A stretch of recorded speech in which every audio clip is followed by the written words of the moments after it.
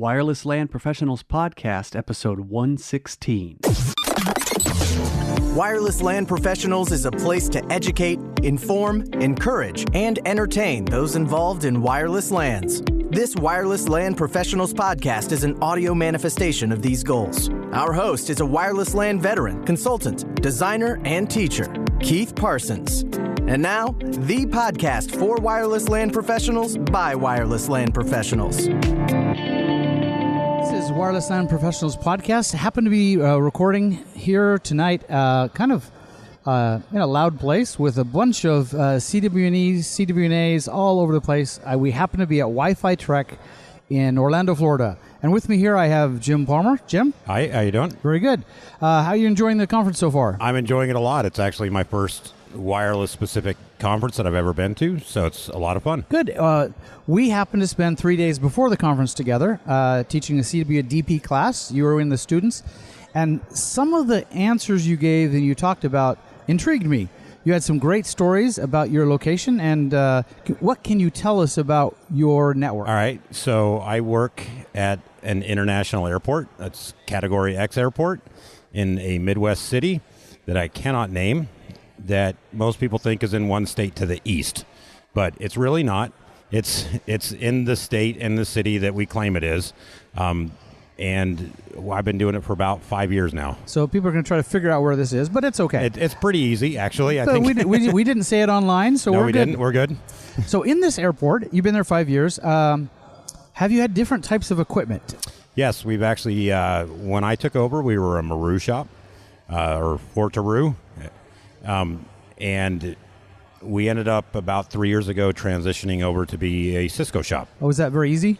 It was actually fairly easy because we ended up doing a full-blown install. So we had new cable, new switches, new controllers, it was a very much lock, stock, and barrel replacement. So are you part of the design phase of that as well? I was, and after taking your design class for the past 3 days, I will not tell you how we did that.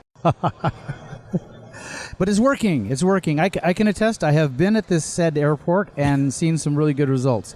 What kind of metrics are you judged by your management? Our management has one simple metric. They walk around with their cell phones and they run speed test apps, the speedtest.net app. And as long as we break anywhere from 200 to 300 megabits per second, then I've done my job well.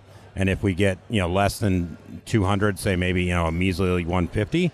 Then they call terrible me, 150. Terrible 150. I am then immediately dispatched to go solve the problem of the wireless in that area. One of the things you'd mentioned was I sent a tweet out once from airport in Sydney, and I was just thrilled to get 6. Yes. After spending 2 weeks in Australia, 6 meg sounded like nirvana for me. And what'd your boss say about that? They laughed, and one of my coworkers actually took the tweet, printed it out, took it up to him and said, see, Keith says 6 is good. And he said, well, my boss says it's not, so Keith loses. Yeah, I lost. Hey, I would love it if everyone could say 200 was what we want in airports. Good boss you have. Good boss. We like that. I don't know about that, but... Well, at least on that one point. Okay. So to get that, are you running 80 megahertz channels? Because that would make hitting those numbers at least seem a little bit easier. We actually are running 40s across the entire airport. So all the gate areas we run 40s. In certain little areas where it makes sense, like our CIO, CEO's office, we run 80s. And that gives them really... And they get a really good number. They get really good numbers. I want to say the record right now is 580 on a phone. So what's your... wow. On a phone. Yes. Yeah, very impressive. No wonder they're thinking you're doing good. What's your backhaul to the internet to help support that? This is published, so we have 2 10-gig Metro Ethernet pipes. And do you shunt one off to your house so you have I used to tell people I have the worst Wi-Fi at my house because I only had a 1.5 meg connection. So I'm like, at work I have the best in the world, and at home I have the worst. But it's not the Wi-Fi. It's all about the backhaul. It's all about the backhaul. So you made the backhaul look really good. So what do you find the use case is for Wi-Fi? Basically, internet access is what they're after in an airport. What's the kind of the thing people do? People want movies. You've been on long flights. We have flights that come in from all over the world, and they go out to all over the world, and 10, 12-hour flights are long. People want movies. We tried running application visibility on our system, and I want to say in one day, or no, it was 90 seconds, we did 2 gig of Netflix in 90 seconds.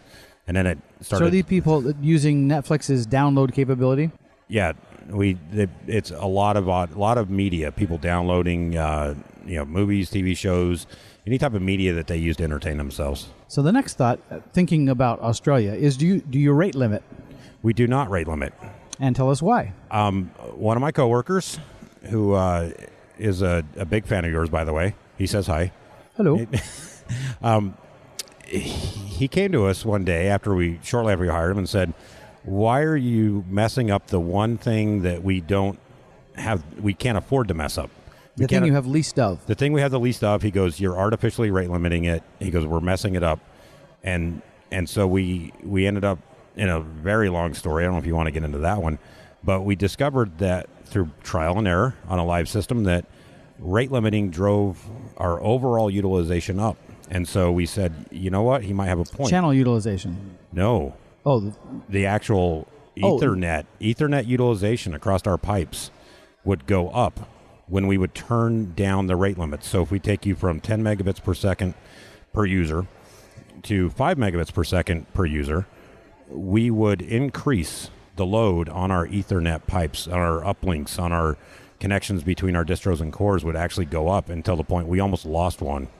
We were running like 995 on a 1 gig uplink. Really pushing the limit. Yeah, we were, and my boss said, "We got a rate limit down to 2. We got a rate limit down to 1." And I said, "Well, it's going to burn up. It's going to blow up." I was like, "Why don't we go the other way?" And he goes, "Well, it's just good." And I said, "Look, this thing's going to crash and burn." I was like, instead of just touching the top and blowing it up, I was like, why don't we just like shoot right through the top and just make the whole thing light on fire?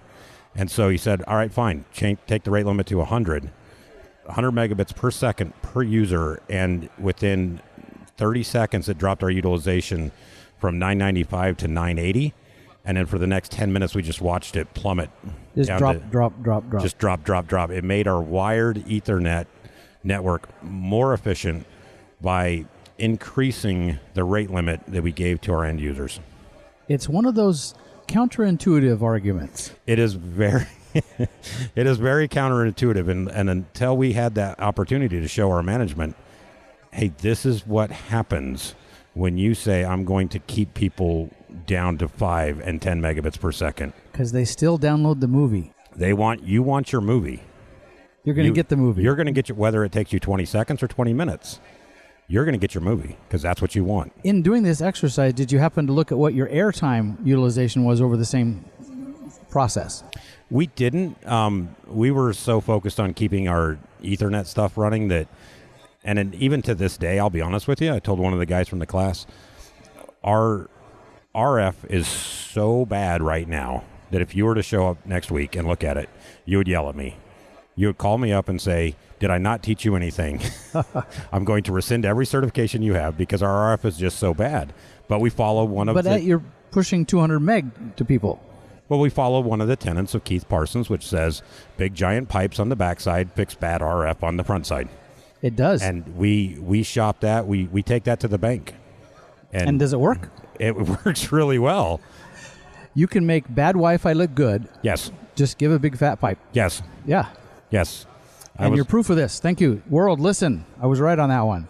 Now, it'd be better if you had good RF as well. Yes. But that big fat pipe helps a lot. Talking about good RF, obviously you're in a crowded environment. What kind of things do you have for attenuation and reflection that you have to deal with that's unique in an airport? Unique in an airport, we have a lot of metal, a lot of really high durable substances, marble, and the like. And in our particular airport, we have an iconic building with a fabric tent that's coated to reflect 5 gigahertz like it was a mirror. It was designed that way. It was designed that way. I'm sure the fabric engineers said, "I wonder if we can make fabric that will reflect 5 gig." If they did, they could not have done a better job. You might want to give them some feedback and say, "By the way, you can use this." Yeah. If anybody needs to line a wall with something that will reflect 5 gig, let Keith know. Keith will get a hold of me, and I can tell you what to put on your wall. We know exactly what to do. How does it do for 2.4? 2.4 go right through? Nope. It bounces everything. It's crazy. Sounds like a useful piece of fabric to have. So how do you overcome those kind of super high reflective environments? We have the majority of our APs inside are using directional antennas. We realized really, really early on that doing an internal antenna or an omni antenna or anything that most people would use inside their buildings just didn't work for us. It didn't. So you're saying you're still using indoor APs but with external antennas? Or are you using outdoor APs inside?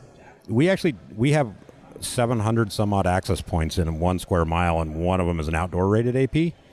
All the rest of them are just the regular indoor APs with external antennas, and we use directional antennas. So we have external antennas. And probably. Are you a place that buys antennas from the same vendor you buy APs, or are you open for buying third-party antennas? We only buy third-party. Kind of reverse, only third-party. Well, we have access to other tools that most people don't have. We have a FieldFox handheld spectrum analyzer. It costs us about $30,000. I might come borrow it. That sounds good. Oh, it's fun. It's really fun. But we do our own RF testing. The two of us that run it, we actually came from a radio background. So we have a lot of experience with antennas. Antennas don't scare us. And so when we came to this, we said we need to find an antenna that meets very specific needs. And we shopped it around, and we actually found a third party that does a better job than our vendor. And our attitude is, until the vendor says they're going to RDP into my antenna, they don't really need to know what type of antenna I have. Now, when they ask, I have the vendor equivalent on a sheet. And so they say, well, what antenna is here? I look up on my sheet and I go, well, I know I have. It looks like this. Well, they don't know what it looks like because they're on the phone. So I tell them, well, the radiating elements, the horizontal and vertical beam widths and the gains. And they match. It matches this particular. And so I go, oh, yes, I actually have this. But I will tell you I have this antenna so that you don't hang up the phone and say, well, you have an antenna problem. Nice technique. We'll share that. If the third-party antenna guys need to hear it. That's a useful technique for them to share. And I think they're around here. Yeah, they are. No, there's one of them right there. Yeah. All I have to do is look for the shiny bald head. Yes. Those of you who know what we're talking about know who we're talking about now. I think there's 3 of them. Yes, the 3 bald-headed guys. Yes, one couldn't make it. So, directional antennas, do you have the ability to... I'm thinking these are pointing down. Yes. Any reflection back up off your marble, tile, whatever? So, we're not all marble. So in areas where we have marble, we try to avoid the straight down. The nice thing about our third-party antennas is the mounting solution is very versatile. So we save all of our old brackets and we'll sort of mix and match to get where we need in the marble and the highly reflective surfaces in carpeted areas they're pointed straight down. In your designs, obviously you're using these directionals. Do you find it much more difficult to tell your installers where to twist, rotate, place for those angles? We do. We've spent a lot of time working with, we have one particular company that does the installation for us, and we actually demand that they have 1 or 2 guys do our work for us. And even then, we still have to go behind them. But we're lucky because we have 100% access to all of our spaces all the time. So it's not that hard for us to go out to a new place the next day or a week later and go, okay, now I have time. I can look at it and I can fix it. I'm sure you have on-site ladders, lifts, anything you need. So that helps. Being my own customer is really handy and a benefit that I didn't know when I started there because I came from working, for third-party people trying to sell it, and being my customer is a great thing. You're right there. Speaking of that, you had mentioned something earlier, and I think it's worth repeating here. What is the business model of an airport? We move things. People, baggage. People, bags, boxes, other planes. I mean, our job is to get, as a business, is to get things from point A to point B. And how does wireless help you in that? wireless makes some of our commodities happier.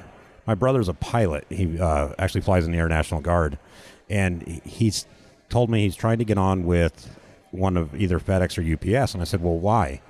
I go, why don't you want to fly for a Delta or United or a Southwest? And he goes, because boxes don't complain, people do.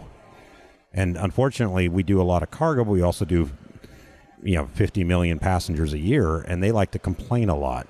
What's that work out to a daily person load? I want to say it's about 150, 160,000 is the latest numbers. So of those bodies, how many of them are on your Wi-Fi at any time? At any given time, our record is 11,000. Our average is about 9,000 concurrent. So on a daily basis, how many unique MAC addresses do you see? Daily basis, our peak is 88,000 unique MAC addresses, and our daily average is 74,000 MAC addresses. Nice, some nice round numbers there, up in the tens of thousands. Very good. Wow, those are some impressive numbers. So how do you handle DHCP lease times for all those people? You give them all a 24-hour lease, right? Yes. Well, we got smart in the beginning, and we said, well, 24 hours is way too long, so we're going to give everybody 12 hours. Oh, so much better. Well, and how many of those 74,000 are there 12 hours later? Hopefully none. well, there is a guy who sleeps outside my office, but so there's at least one. At least one. But yeah, so the idea was, the 12-hour lease time, because everybody comes in the morning and everybody leaves, and so that worked fine. Kind of the business model idea. Yeah, and that worked fine until we ran out of IP addresses, because we didn't bother to think about how the DHCP protocol actually works, because why would we? That's not a wireless thing. That's a wired thing. That is a wired problem, and so everybody went, well, we give our enterprise people 24 hours, so we'll give the wireless people 12 hours. How'd that work out for you? That worked out fine until we turned it on. When we were testing, it worked out really great. All 10 of us never had a problem. Not one problem. Not one problem. And we quickly started getting complaints about, hey, the Wi-Fi's down. Wi-Fi's down. Wi-Fi's broken. Wi-Fi's down. We went and looked and found out that, we have no leases. So and what did you start with? We started with a /18. So you weren't. It was not a small pool. No, this was a big pool, and we were like, /18 with a 12-hour lease, no problems. And how long did it take? 10 days until we at first everybody was like, wireless problem. We went, we just turned it on. We're still kind of tweaking a little bit, and so what are you down to now, both for lease time and the size of your pool? So lease time, we are at a 15-minute lease, so we renew every 7 minutes, and we have a /16 that we run for our pool. Do you get close to running out? We stopped looking at it because we have so many other things to worry about. But obviously it's not a problem if... It's not a problem because we flush it every 30 minutes, so... That's all. Just clear. What's 4 packets between friends? Yeah, it reminds me of a company I had working once, and I fixed their server, and they needed a backup. So on the backup, I went, I think I'll just reboot the NT server while we're here. So on a daily basis, 3 a.m, I backed up all the data, and then it did a reboot. I called it back up about a month later, as a good consultant would, trying to see if there was any more work. And they said, since you've been here, our NT server's never been down. So just flush early, flush often. Yes. And what are you doing about public access, captive portals, tracking people, those kind of things that marketing folks like? So when I first started, we were using a provider who is very popular across airports, not only in the United States, but... They kind of bounce between airports. They're popular by meaning there's a lot of them. They are highly unpopular with everybody who uses them. And we knew that it was a bad idea, and we kept trying to tell everybody that it was a bad idea, and no one believed us. So we set up a test, and for 8 months, we would run wireless clients against a wired client, and we would log every time there was an event, and then we would pull the events from the wireless and the wired client, overlay them on a graph, and we were able to show management, hey, the problem with the captive portal is not that people hate it. It's which that they do. But they do, but it doesn't work. I mean... It's kind of a strong statement. Yeah. Well, no, we proved that it didn't work. You would actually get lost within the captive portal. And there's a lot of things I've learned about captive portal, and I've realized that captive portals force your customers, the wireless clients, to be really knowledgeable about networking. And they're not. And it breaks. And then everybody screams. And we were actually able to sort of prove that and show it. So they said, okay, fine, if you guys are so smart, do your own. Your own captive portal. Yes, which we did. It was a very, very simple HTML script, little page, and we pop it up there, and you. It just showed up with TNCs or something? Yeah, it had a link to the TNC because we were trying to make it. So you didn't even read? Didn't have to read them. It just. When we turned it off, we found out that the link to the TNC was broken. So you, you couldn't read it if you wanted to. But hey, obviously, so many people tried. The link was there. So. And the lawyers got paid for writing those nice conditions for you. They're city attorneys, so they get paid whether they write them or not. So they didn't care. It worked. They probably cut and pasted them anyway. So they asked us after that was running for a while. They said, "Well, can we make it any simpler?" And we said, "Well, yeah, just take it down." And so we had this conversation for a couple of weeks, and they finally said, "Well, they were like, how technically hard is it to take it down?" And I said, "Well, I just click the button that says turn it off," and they went, "Okay, do it." So we did it, and it was so successful that they said never, ever, ever turn it back on. So let's back up for a second. A lot of people are in your same situation who are listening on the podcast now. How did you get that past legal? What was the process? Some magic words you said or something? Said a lot of words they didn't understand, and lawyers don't like to think they don't understand everything. No, actually what we did is we talked about the fact that we NAT out to the internet. And so they said, well, what about illegal stuff? And we said, well, it happens every day. It happens every day, even if you have a TNC or a EULA. And we said, what do you want us to do about it? Because we churn customers so fast that by the time we find out they did something illegal, they could be in another country. And we said, what do you want us to do about it? And even then, all the illegal stuff comes back to our public IPs. And because they're natted, you don't even know who had what. We don't know who had what. We flushed it so quick that we went, there's nothing we could actually do about it. And so after a lot of... Have you ever had law enforcement come and say, we want to track this down? No, but interestingly enough, we get emails every day from our provider saying, hey, so-and-so downloaded this illegal movie, on your network. You need to go deal with it. And they used to email them out because it was funny, but then some of the porn that was being downloaded got so bad that they refused to email even the names of it out. Oh, they were sending you samples? No, they would send us just the name. Oh. They'd say somebody and you don't even want to read the names. The name was... So they finally stopped emailing those out, but we still get them to this day. And they get hit from the other end, and you're just kind of buffering those up because there's nothing you can do. There's nothing, and my boss takes them and throws them in the trash, and we just go, whatever. Okay. We can't fix it. We can't do anything. So what was your experience, the before and after you had a captive portal, the second one that you did yourself, from your throughput statistics, how happy everyone was? What do you find? So we found that our users, before when we had our captive portal, we would get roughly about 30,000 users. 2 days after we turned it off, we didn't count the first day because it wasn't really early in the morning, but 2 days after we turned it off, our user count doubled. So what, is that a good thing for your management or a bad thing? For our management, it's a good thing. Okay. Because we can... Some people think that that's a bad thing. But if your management sees that more users, more use is a good thing, then totally applaud the effort. No technical reasons. They just thought it was great that, people actually realized we had it. We went, well, they've always known we've had it. It was just so bad they wouldn't use it. So they were just happy that people were using the system that we paid money to put in. They had no idea why they liked that. They did. But basically, a double in your user count. Yes, we doubled in 36 hours. Just by turning off your captive portal? Just by turning off the captive portal. Any other statistics that changed while you were working, after this happened? Our throughput numbers went up significantly. Well, more than the double just because you had double the users? Yeah. So it went up by about 1.5. So we doubled and then some. And then it's just grown ever since. But, the weekly numbers, I think we talked about it, the daily numbers, everything's gone up. And it's just been, people love us now.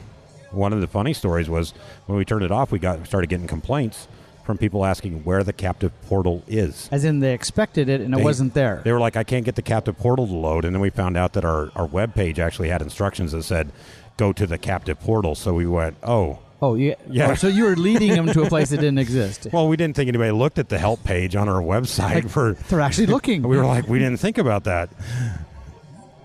So what do you find, obviously, with 74,000 a day, that's just a huge number. Breakdown between clients, do you track those at all to know if they're tablets, phones, one spatial stream, two spatial stream, whatever? We would really like to try to do that. Unfortunately, there's so much data that we don't trust it anymore. It'll tell us we have 20 laptops and 10 tablets, and that's the total count on that's it. the total count for Okay. 6,000 clients. It'll actually categorize about 30 clients for us. So it's not giving you the data you can trust.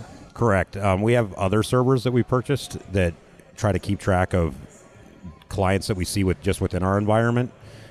We see 250,000 unique MAC addresses, and only 30% of them will connect. The others are just probing. We have 70% probing, and that number is so high that the server can't. It says that every MAC address I've seen before, because it can't. Oh, you just filled it. Yeah. It's not doing its job anymore. It can't. Yeah. We've overloaded it, and the vendors don't know what to do. The numbers are just Well, it's mind-boggling. kind of good to have big data, but super big data, maybe not. One of the things I've noticed in airports lately is they become a shopping mall that happens to also transport people. You have a lot of shops, restaurants. Basically, it's a retail place.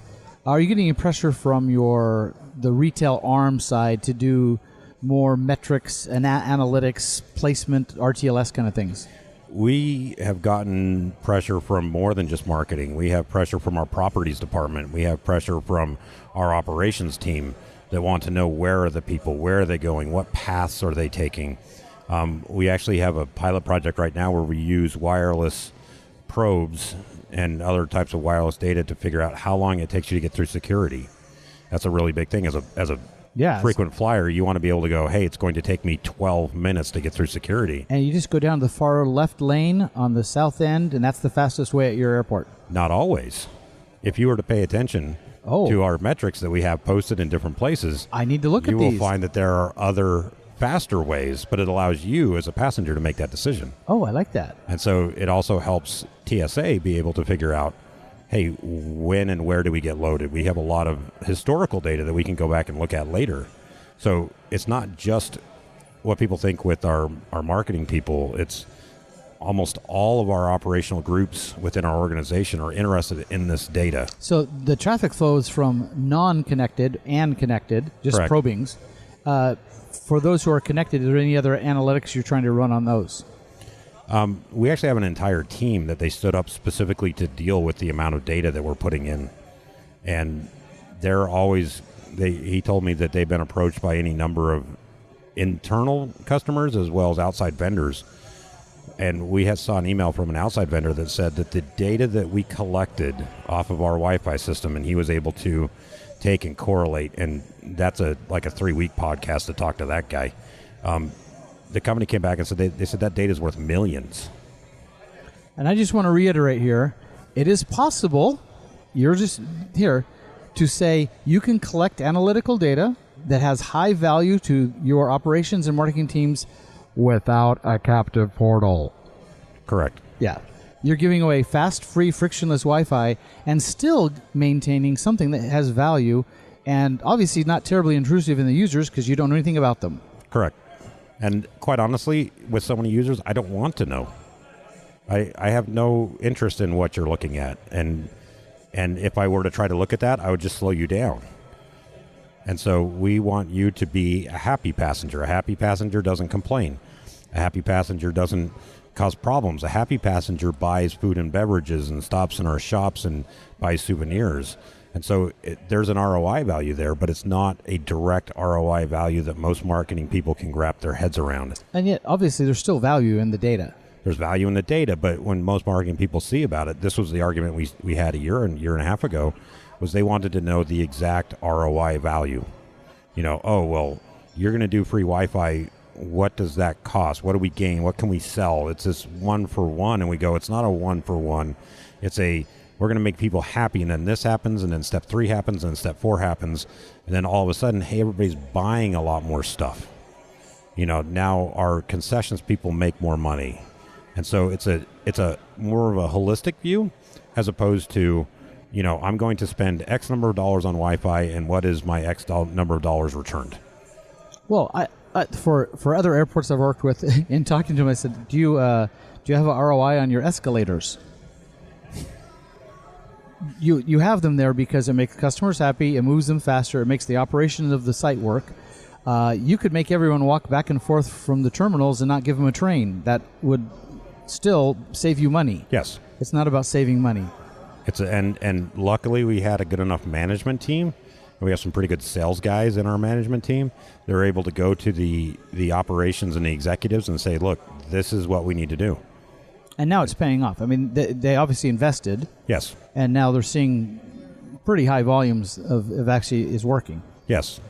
And it's like we've discussed, the numbers are mind-boggling of what we're doing. And they're quite impressive. So the first we said 74,000 a day. And that's off of how many APs?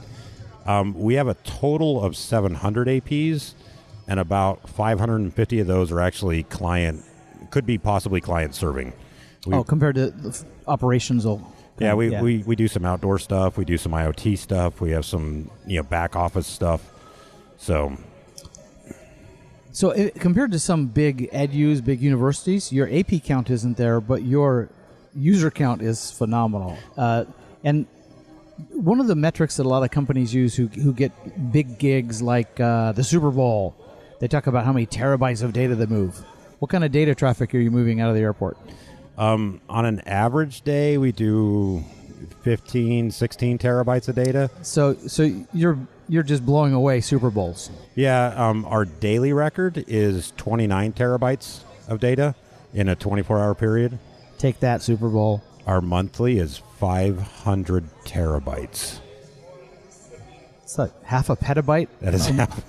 We actually got to use the word petabyte in an actual sentence that was tied to real-world stuff. You said, this year we'll move about 7 petabytes of data. Yeah. No big deal. Not everyone gets to say that. No, it was a good day when that report came up and we went 500. That's now in the petabyte realm. Yes, we went. That's it. Because our big analytics guy went, dude, that's like half a petabyte, and we all just sat back and went, whoa. And it went over only 500 client-facing APs to pull that off. So obviously high utilization. Do you know the numbers like your channel utilization, perhaps breakdown of 2.4 to 5 gig ratios? We do not follow your religion in this regard. It's still an internal argument, so we are trying to band steer. Some days it works better than others. I'm becoming a convert, and I think here in the next little while we're going to try to go, with a actually split SSID. So with your current SSID and band steering on, what's the ratio of who gets on 5 and versus 2.4? We do about 60-40, 60% on 5 gig and about 40% on 2.4. And I'm guessing your actual client load's closer to 95%. Yes, it is. Oh, capable. Capable, yes. Yeah. Most everybody has new stuff. The 10-year-old equipment doesn't. If they're planning to fly, they probably have at least fairly new. Yes. I mean, they might still have BlackBerries. So that's for my friends in Canada. We had a guy buy a BlackBerry. Like in a store? Like a month ago. I didn't know they're still for sale. Has Android. Oh, it had an Android version of a BlackBerry. It's BlackBerry running Android. Has the logo on the back and everything. Yeah. Well, I see him like walking in like, there's another one. I saw one in the wild. It's really there. Well, great stuff. I really appreciate you taking the time to stop drinking for a little while at this nice party they have for us. I mean, they have an open bar for Wi-Fi guys. I can tell you from the WLPC side, we will love to have these kind of events, but it's not going to be an open bar. No. I see how these guys drink. But obviously, invite you to come and talk. You ought to give that a 10 talk at the next WPC in February. We'd love to have show you as much of the stats as you can. Some of us who live by seeing things to get them in our head, like me, when you hear it over a podcast, the numbers are kind of there. But when you see a graph, that's pretty impressive stuff.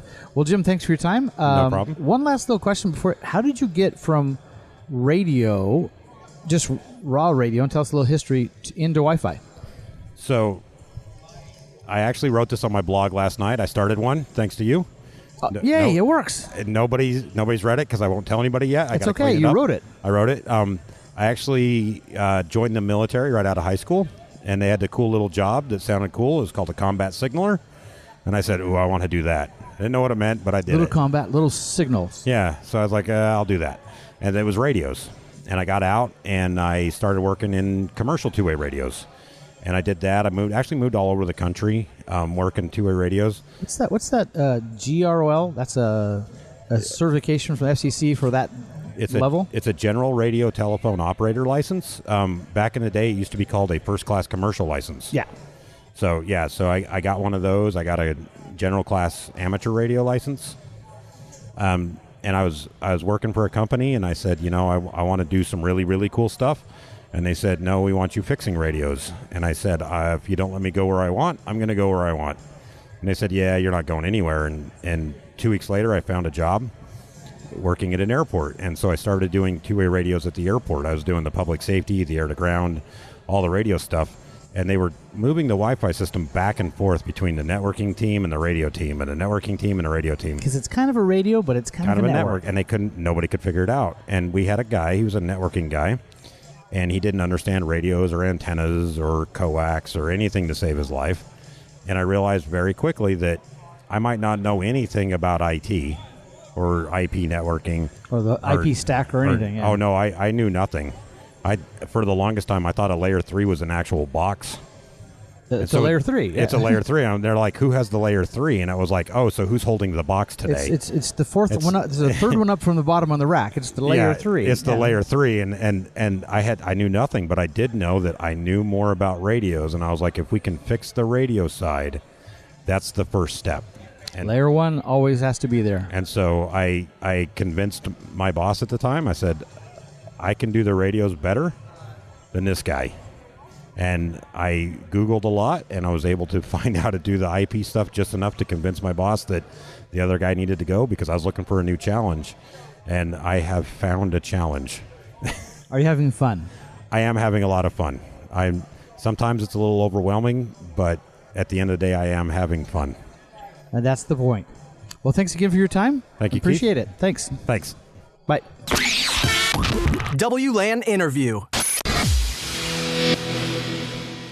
Ferney Munoz, welcome to the show, brother. Thank you, Matthew, for having me. So what are you up to these days? Well, these days, just traveling the world and sharing a little bit of Wi-Fi with all my fellow wireless LAN professionals. You've been super busy doing that, haven't you? Yeah, it's been quite a trip, I have to admit. So what are some of the countries you've added to the punch list now? Well, I added Brazil and Sweden.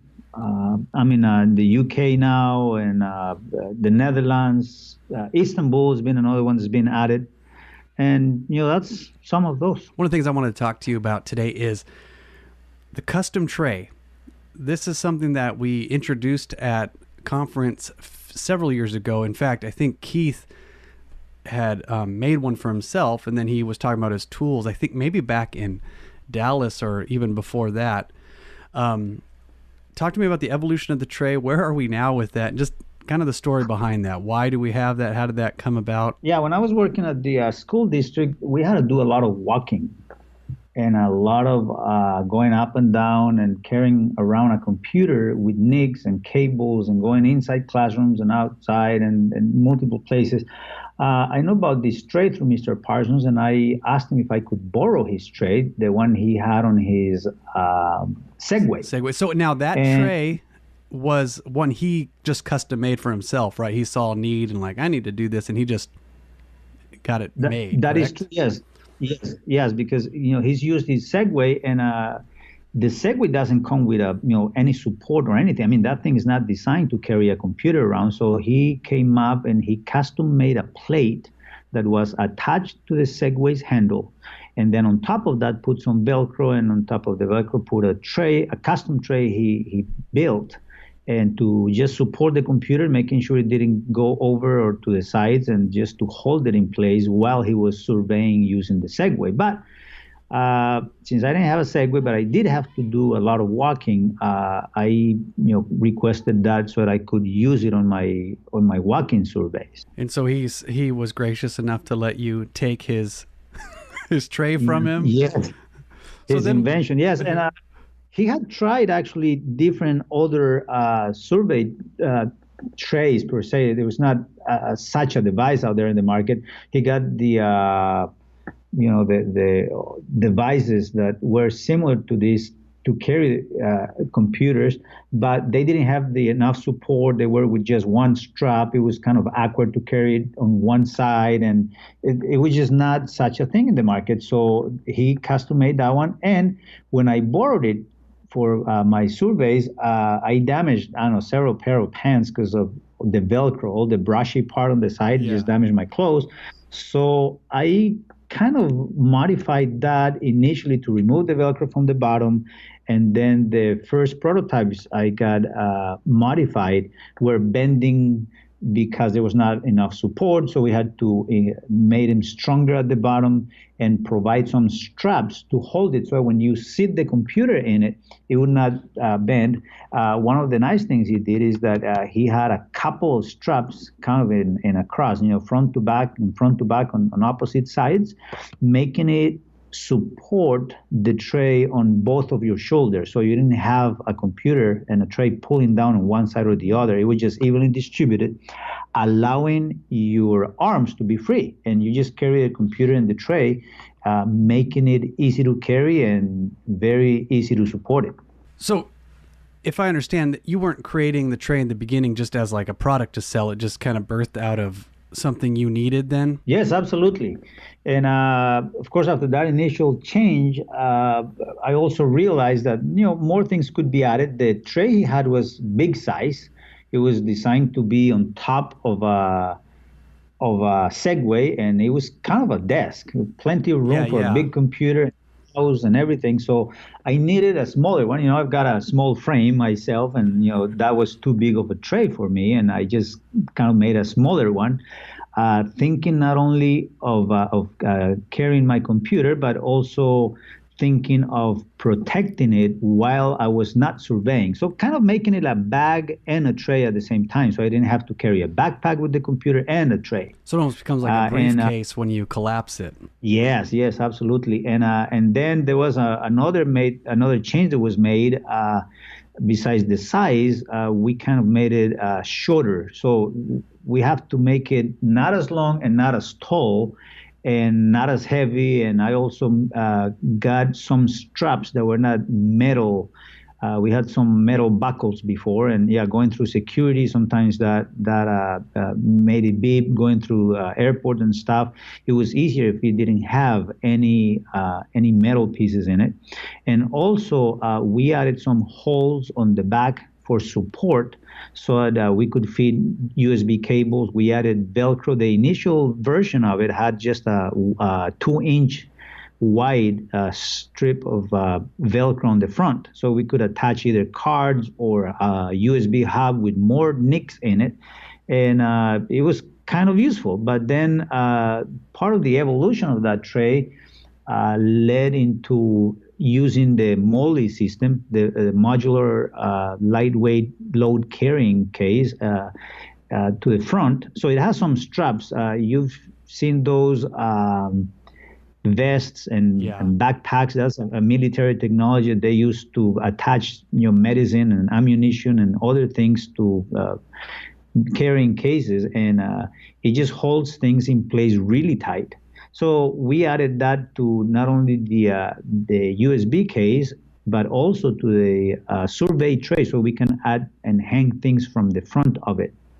One interesting thing about the evolution of that tray is that we also added the Wireless LAN Professionals logo to the front, because before I didn't have any logos or any names in it. It was just a black tray. And of course, as you walk into any office or any classroom doing a survey, you draw attention because you're carrying a computer with stuff. Now with the tray, it looked like you were selling peanuts or beer at the ballpark. So everybody starts like, well, what are you doing? What do you have there? And it's like, oh, is that a mobile desk, a portable desk? And you spend half the time of the survey just talking to people and explaining that you were doing the wireless survey, and we're just walking around, measuring and gathering signals and gathering information. So we added the logo, and that helped a lot. And the also, I don't know if you remember, probably everybody remembers that I did a kind of a demo of the product in one of the conferences a couple of years ago in Phoenix. And getting up in stage is stressful in its own way. And I did the presentation, kind of was showing people how with this tray, how easy it is to carry your computer around, how protected it is. And that the main purpose of this tray was to not drop your computer. And guess what I did on stage in front of 250 wireless LAN professionals? I dropped my computer. It just came right out of the tray. I forgot to zip it. That's one of the things I had to do, and I knew about it. I've done it a million times. It's just that when you have cameras and lights and microphones and people staring at you, it's just not as easy. Plus, I think you also were tethered right to the laptop for the presentation, right? Wasn't it projecting up on the screen? Yeah, I had cables coming all over the place, and that was kind of one of those Mr. Bean moments. You're like, oh crap! Did you remedy the fail part of the tray, or was that all user fail? No, just user fail. I just picked it up and continued as if nothing had happened. But that was kind of like, I wonder if my computer is going to work after this fall. It was fine. It was totally fine. But yes, the tray has been a great addition to my toolbox. That's the first thing I pack. Computers, I don't care how small they are. Once you start walking around for hours, your arms are going to get tired. And actually, in one of the classes in university, we had one of the IT guys there. He was sent home like for 6 weeks with damage on his arm because he was surveying for hours, and his arm just went numb. And when he finished, he just got the computer off and he couldn't get his arm back straight. He had like tendonitis and some tendon damage, and he ended up having surgery and having physical therapy after that. So it helps a lot.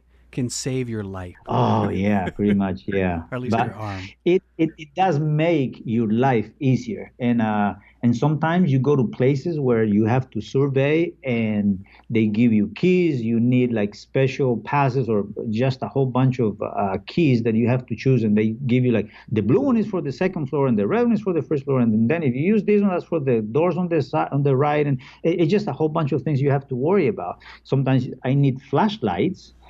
Sometimes I need like other devices that I need to carry with me to like compare RSSIs on different devices. And I carry stuff with me that is not just the computer. I also have to have other things, and the tray is a great place to put them. So it helps a lot when you're surveying. Cool. Anything new for the tray? What else should we know about it? No, I guess I just made a couple other trays just for my classes because I have to carry one with me all the time. I do demos during class, and I have to carry it in my luggage, and I like to put it in my carry-on sometimes when I just don't like to check bags much because if I miss a bag, I can miss part of my class. So I try to just walk around with my carry-on, and that implies that I have to put my survey tray inside my carry-on bag. So I made a smaller one, kind of like just for me, and it works really nice. There are no expected major changes to it. It's been a great product. A lot of people like it. They order it throughout the world. And I did have a gentleman in Australia that was really grateful for it because a lot of surveys were done without it. And he knew how painful it was to walk around for hours with a heavy computer. And the tray is a simple device. There's not much to it, but it is designed specifically for the wireless LAN professional. There is not a product out there that will serve this purpose. And this one just came as an answer to many of the questions that we had on how to carry not just your computer, but other equipment when you are doing site surveys. Cool. Thank you, Ferney. Thank you, Matthew. Thank you for joining us for another episode of the Wireless LAN Professionals Podcast, the podcast for wireless LAN professionals by wireless LAN professionals. Be sure to follow us on Twitter at Wireless LAN Pros for all the latest news and updates, and also connect directly with Keith on Twitter at Keith R. Parsons. Head over to www.wlanpros.com for this episode's show notes, as well as the latest in all things Wi-Fi.